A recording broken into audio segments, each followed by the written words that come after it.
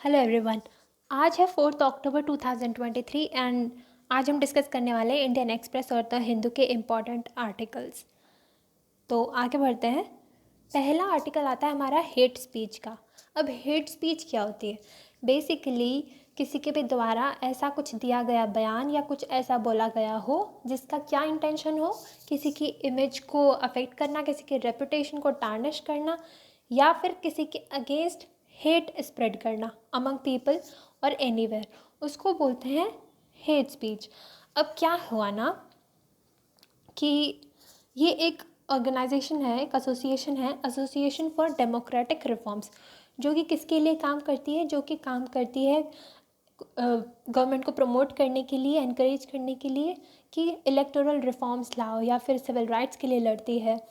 ठीक है, तो इस वाले ऑर्गेनाइजेशन ने एक डेटा बताया जिसके according around 107 member of parliaments यानी कि सांसद और एमएलए यानी कि विधायकों के अगेंस्ट हेट स्पीचेस के केसेस दर्ज हैं उनके अगेंस्ट, यानी कि उनके द्वारा कुछ ऐसे बयान दिए गए जो कि हेट स्पीच में काउंट होते हैं या फिर उन पर ये सब एलिगेशंस हैं।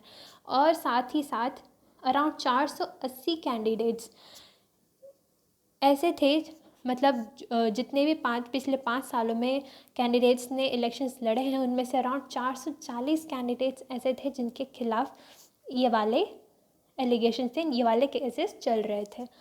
तो बेसिकली ये वाली हम न्यूज़ क्यों पढ़ रहे हैं, इससे पता चलता है, ये बेसिकली एक बहुत बड़ा क्वेश्चन खड़ा कर देता है हमारे पॉलिटिशियंस का, हमारे रिप्रेजेंटेटिव्स का, हमारे इलेक्टेड ऑफिशियल्स की इंटीग्रिटी पे, और साथ ही साथ हम सिटीजन्स की अवेयरनेस पे भी।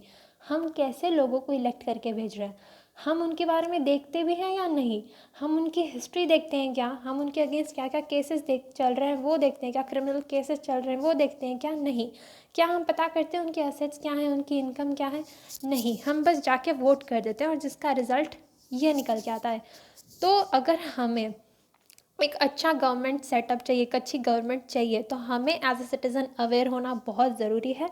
और साथ ही में हमें चाहिए कि कुछ ऐसे कानून लाए जाएं ताकि ऐसे केसेस में जल्द से जल्द एक्शन लिया जाए, ताकि थोड़ा भय हो लोगों में, मतलब पॉलिटिशियंस में, ताकि वो आगे से ऐसे केसेस, ऐसी चीज़ों में इंडल्ज ना हो। और तो बस इतना ही था, ये सब बातें ध्यान रखनी है। और ये वाला डेटा हम एथिक्स में या फिर पॉलिटिकल साइंस में कोट कर सकते हैं या फिर पब्लिक एडमिनिस्ट्रेशन में भी ये काम आ जाएगा। तो इतना था इसमें। अब आगे बढ़ते हैं। नेक्स्ट न्यूज़ आती है हमारी नोबेल प्राइज़ से रिलेटेड। कल हमने नोबेल प्राइज़ इन फिजियोलॉजी देखा था, इन मेडिसिन देखा था, अब फिज़िक्स में भी डिक्लेयर हो चुका है। किसको मिला है फिज़िक्स में? ये 3 लोग हैं। कौन कौन है? Pierre Agostini, Ferenc Krausz and Anne L'Huillier. क्यों मिला है इनको? बेसिकली इन्होंने अपने रिसर्च के थ्रू, कुछ एक्सपेरिमेंट्स के थ्रू इन्होंने कुछ ऐसी चीज़ जनरेट की। क्या जनरेट की? Attosecond pulses of light. Attosecond pulses of light, ये बहुत ही शॉर्ट पल्सेस होती हैं लाइट की। और ये किस काम आएंगी? जो हमारे एटम्स होते हैं, एटम्स, उसमें इलेक्ट्रॉन्स होते हैं, तो उन इलेक्ट्रॉन्स के जो मूवमेंट होते हैं ना, वो बहुत ही ज़्यादा फास्ट होते हैं। मतलब इतने फास्ट कि उनको मेजर करना बहुत डिफ़िकल्ट होता है, मतलब ऑलमोस्ट इम्पॉसिबल होता था। लेकिन इन्होंने ये जो बहुत शॉर्ट पल्सेस जनरेट की हैं लाइट की, ये उनको डिटेक्ट कर पाएंगी, उनको मेजर कर पाएंगी, उनको ऑब्ज़र्व कर पाएंगी। ठीक है, तो इसलिए इनको नोबेल प्राइज़ दिया गया है।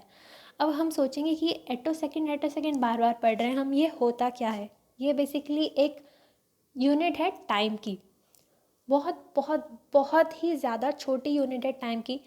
मतलब यूँ मान लो कि अगर हम पूरी, जो हमारी यूनिवर्स की जो पूरी एज है, उसमें एक सेकंड जितना होता है ना, उतना छोटा होता है एक एटो सेकंड, एक सेकंड के अंदर। समझ में आई बात? यानी कि एक हमारे पूरे यूनिवर्स की जितनी एज है उसमें एक सेकंड कितना ज़्यादा छोटा होगा, उतना ही छोटा होता है एटो सेकंड। एक सेकंड में इतना छोटा यूनिट होती है। अब ये जो इलेक्ट्रॉन्स की मूवमेंट होती है वो एटो सेकंड में मेजर होती है। तो इसलिए ये वाला इन्वेंशन बहुत ही काम का है। इसमें साफ साफ लिखा हुआ है, they have demonstrated a way to create extremely short pulses of light that can be use to measure the rapid processes in which electrons move और चेंज। अब बात आती है कि भाई ये काम कहाँ आएगा हमारे। भाई काम तो बहुत सारी जगह आएगा, सही बात बताऊँ तो। पहला तो हमने देख ही लिया है कि जो हमारे एटम्स होते हैं या मॉलिक्यूल्स होते हैं या मैटर होते हैं, उसमें इलेक्ट्रॉन्स के मूवमेंट को ऑब्जर्व करने में काम आएगा। ठीक है, साथ ही में हमारे जो बायोफ्लूइड्स होते हैं उसमें अगर कुछ मॉलिक्यूलर चेंजेस हो रहे हैं तो उनको भी डिटेक्ट करने में ये काम बहुत ज़्यादा आएगा। उसके अलावा हमारे डायग्नोस्टिक्स में भी ये काम आएगा, जैसे कि जो ब्लड सैंपल्स होते हैं उसमें मान लो किसी डिजीज़ के मॉलिक्यूलर ट्रेसेस हैं तो उसको भी डिटेक्ट करने में ये बहुत काम आएगा। तो ये चीज़ें हमें याद रखनी है, एग्ज़ाम में पूछी जा सकती हैं। ऑलराइट, तो आगे बढ़ते हैं। अब नेक्स्ट है परचेजिंग मैनेजर्स इंडेक्स। अब ये इंडेक्स क्या होती है ना, ये बेसिकली मेजर करती है कि किसी किसी इकोनॉमी में क्या आउटपुट रहने, क्या इनपुट मतलब जो इनपुट स्टेज पे जो एक्टिविटी होती है हमारे इकोनॉमी में, उसको ट्रैक करती है। ये कैसे ट्रैक करती है, जैसे कि वे बताते हैं। बेसिकली इसमें एक सर्वे होता है। क्या होता है ना कि एक सर्वे होता है जिसमें मैनेजर्स वगैरह से, जो फैक्ट्री ओनर्स वगैरह होते हैं, उनसे पूछा जाता है कि उनका क्या परसेप्शन है बिज़नेस के बारे में। ठीक है, इनपुट के बारे में, प्रोडक्शन के बारे में, रॉ मटेरियल्स के बारे में, उनकी इन्वेंट्री से रिलेटेड, ऐसे करके बहुत सारे कुछ वेरिएबल्स होते हैं। जैसे कि यहाँ पे दिए गए ये 5 वेरिएबल्स एम्प्लॉयमेंट से रिलेटेड, न्यू ऑर्डर से related, production, inventory levels, supplier deliveries, इनसे रिलेटेड उनसे कुछ क्वेश्चंस पूछे जाते हैं और उनके हिसाब से वो अपनी कुछ मतलब एनालिसिस करके ये बताते हैं कि इकोनॉमी की क्या परफॉर्मेंस चल रही है, क्या सिनेरियो चल रहा है। तो अभी जो परचेजिंग मैनेजर्स इंडेक्स आई है उसके अकॉर्डिंग क्या है ना, जो PMI है वो थोड़ी कम हुई है, अराउंड 57.5 हो गई 58.6 से। ठीक है, और ये पिछले 5 महीनों में सबसे कम है। इसमें बताया रखा है it measures activity at the purchasing या फिर इनपुट स्टेज। ऑलराइट, अब ये 2 कैटेगरीज में निकाली जाती है, एक तो मैन्युफैक्चरिंग में और एक सर्विसेज में। और रिलीज कौन करता है, S&P global, to provide information about business conditions. तो बेसिकली बिजनेस कंडीशंस पता चल जाती हैं कि आगे कैसी होने वाली है, बढ़ेंगी, कम होंगी या सेम रहेंगी, जिससे एंटरप्रेन्योर्स को, फैक्ट्री ओनर्स को डिसीजंस लेने में काफ़ी मदद मिल जाती है। और गवर्नमेंट के भी काम आता है यह एनालाइज करने के लिए कि इकोनॉमी वर्क कैसी कर रही है, उस हिसाब से पॉलिसी डिसीजंस लिए जाते हैं। और ये मंथली लेवल पे मेजर होता है। ठीक है, इट्स अ मंथली सर्वे। ठीक है, IHS मार्केट इसको कंपाइल करता है, ये S&P का ही पार्ट है। और इसमें बताया रखा है इंडिकेटर ऑफ इकोनॉमिक हेल्थ। तो बेसिकली PMI जो होता है ना, वो 0 से 100 तक नंबर होता है। इसमें जो पूरी कैलकुलेशन होती है उसके अकॉर्डिंग अगर 50 से ज़्यादा आया नंबर तो उसका मतलब इकोनॉमी में एक्सपेंशन चल रहा है, अगर 50 से कम आया तो यानी कि कंट्रैक्शन, और अगर डायरेक्ट एब्सोल्युटली 50 आ गया, 50 आ गया, तो मतलब कि कोई चेंज नहीं है पिछले महीने के कंपैरिजन में। ऑलराइट, तो इतना ही होता है, इतना ही पढ़ना है हमें परचेजिंग मैनेजर्स के इंडेक्स के बारे में। ऑलराइट, तो आगे बढ़ते हैं। अब आता है artificial intelligence for audit techniques. अब ये न्यूज़ किससे रिलेटेड है, बेसिकली हमारे जो कैग होते हैं, controller and auditor general of India, कौन होते हैं ये क्या करते हैं, हमारे गवर्नमेंट के जो अकाउंट्स होते हैं, चाहे वो सेंट्रल गवर्नमेंट हो या स्टेट गवर्नमेंट हो, उनके अकाउंट्स को ऑडिट करते हैं। उनके कितने फाइनेंस आ रहे हैं, कितना एक्सपेंडिचर हो रहा है, उसको ऑडिट करते हैं और पब्लिक डोमेन में रखते हैं। उनकी रिपोर्ट को पार्लियामेंट में डिस्कस किया जाता है। अब हमारे अभी कौन है कैग, कौन है कंट्रोलर एंड ऑडिटर जनरल, वो हैं गिरीश चंद्र मुर्मू। ऑलराइट, अब इन्होंने क्या बोला है ना, उन्होंने वार्न किया है। बेसिकली अभी हम देख रहे हैं आर्टिफिशियल इंटेलिजेंस का कितना ज़्यादा क्रेज़ है, कितना ज़्यादा नई नई इनोवेशंस हो रहे हैं, कितनी कितनी नई चीज़ें आ रही हैं। तो उन उसके काफ़ी सारे एप्लीकेशंस हैं जगह जगह पे। अगर हम फाइनेंस की दुनिया में देखें और उसमें भी ऑडिट की दुनिया में, तो कैग जो हमारे कंट्रोलर ऑडिटर जनरल हैं, उनका कहना है कि हम पूरी तरह से एआई पे डिपेंडेंट नहीं हो सकते, क्योंकि अगर हम एब्सोल्यूट डिपेंडेंट हो गए तो it may lead to inaccurate findings.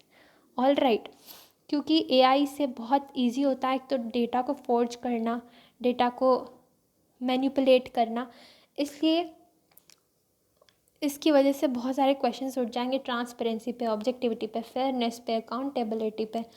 तो इसलिए पूरी तरह से इस पर रिलाई नहीं कर सकते। थोड़ा बहुत हाँ इसका हेल्प लिया जा सकता है, लेकिन absolute Reliance will not be good. All right, जब हम बात करते हैं एआई की, तो उसका रिस्पॉन्सिबल होना बहुत ज़रूरी है। रिस्पॉन्सिबल कब होगा? जब वो एथिकल होगा, उसका एथिकल तरीके से यूज़ किया जाएगा और फेयर होगा, इंक्लूसिव होगा, सभी के लिए होगा। ठीक है, तो ये बात थी इसमें। आगे बढ़ते हैं नेपाल में। कल ही की बात है, अराउंड दिन की। कल क्या हुआ, नेपाल में एक अर्थक्वेक आया, काफ़ी मतलब बड़ा, लाइक मैग्नीट्यूड था उसका अराउंड 6.2 का। ठीक है, इसकी वजह से काफ़ी बिल्डिंग्स डैमेज हुई, काफ़ी पीपल इंजर हुए। और ये आया कहाँ पे? अराउंड भरजंग डिस्ट्रिक्ट है नेपाल, वेस्ट नेपाल में, और ये उत्तराखंड के पास आती है। तो वहाँ पे ये अर्थक्वेक आया, और इतना ही नहीं, इसके ट्रेमर्स जो थे, इसके जो झटके थे, वो दिल्ली और उसके आसपास के एरिया में भी फील हुए। ऑल राइट, नेपाल में अराउंड 2015 में भी काफ़ी बड़ा अर्थक्वेक आया था। उसमें तो काफ़ी लोगों की डेथ्स भी हुई थी। वो काफ़ी चीज़ें उसने डिस्ट्रॉय की थी, काफ़ी डैमेज किया था। अगर हम अर्थक्वेक की बात करें तो ये होता क्या है? बेसिकली अर्थ शेक होती है, हमारा जो अर्थ का क्रस्ट होता है वो शेक होता है। क्यों होता है? उसके बहुत सारे रीजंस हो सकते हैं। बेसिकली हो सकता है जो टेक्टोनिक प्लेट्स होती हैं ना, जो एस्थेनोस्फेयर के ऊपर मूव करती हैं, अब उनके मूवमेंट की वजह से कभी कभी क्रस्ट में, जो हमारा क्रस्ट है, हमारे अर्थ की जो आउटर मोस्ट लेयर है, उसमें क्रैक आते हैं। ठीक है, क्योंकि जो मूवमेंट हुआ है प्लेट्स के कारण, उसके कारण कुछ वेव्स जनरेट होती है, सेस्मिक वेव्स बोलते हैं, और उसके कारण और क्रस्ट में क्रैक्स आते हैं, और उससे हमारी जो धरती होती है वो हिलने लगती है, शेक करने लगती है, और उससे काफ़ी बिल्डिंग्स डिस्ट्रॉय होती हैं, लोगों की मौतें होती हैं। तो ये काफ़ी डिज़ास्ट्रस हो सकता है। या फिर वॉल्केनो से भी हो सकता है। वॉल्केनो से कैसे? मान लो कोई वॉल्केनो आया, उसकी वजह से अर्थ जो क्रस्ट है हमारा, उसमें काफ़ी ज़्यादा मूवमेंट हो गया, तो उससे भी अर्थक्वेक आ सकता है। या फिर ह्यूमन इंड्यूस्ड भी हो सकता है।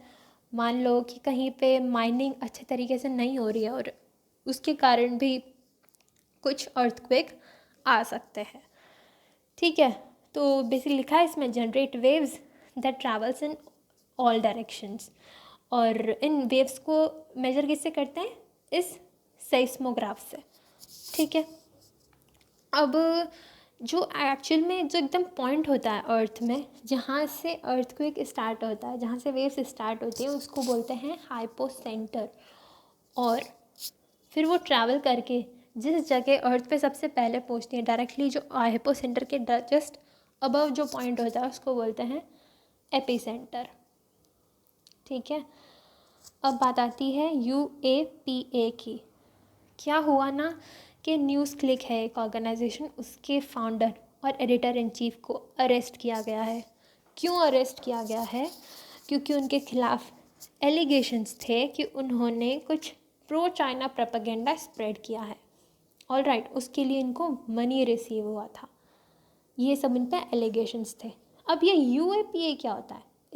इसका मतलब होता है अनलॉफुल एक्टिविटीज़ प्रिवेंशन एक्ट। अब ये क्या है? ये बेसिकली एक ऐसा कानून है जो कि 1967 में लाया गया था। और ये क्यों लाया गया था? ताकि उन लोगों के खिलाफ या उन ऑर्गेनाइजेशंस के खिलाफ एक्शन लिया जा सके जो कि टेरर एक्टिविटीज़ में इन्वॉल्व हो, या फिर ऐसी एक्टिविटीज़ में इन्वॉल्व हो जो डिसरप्ट कर सकती हैं हमारे इंडिया की यूनिटी को, टेरिटोरियल इंटीग्रिटी को, सोवर्निटी को।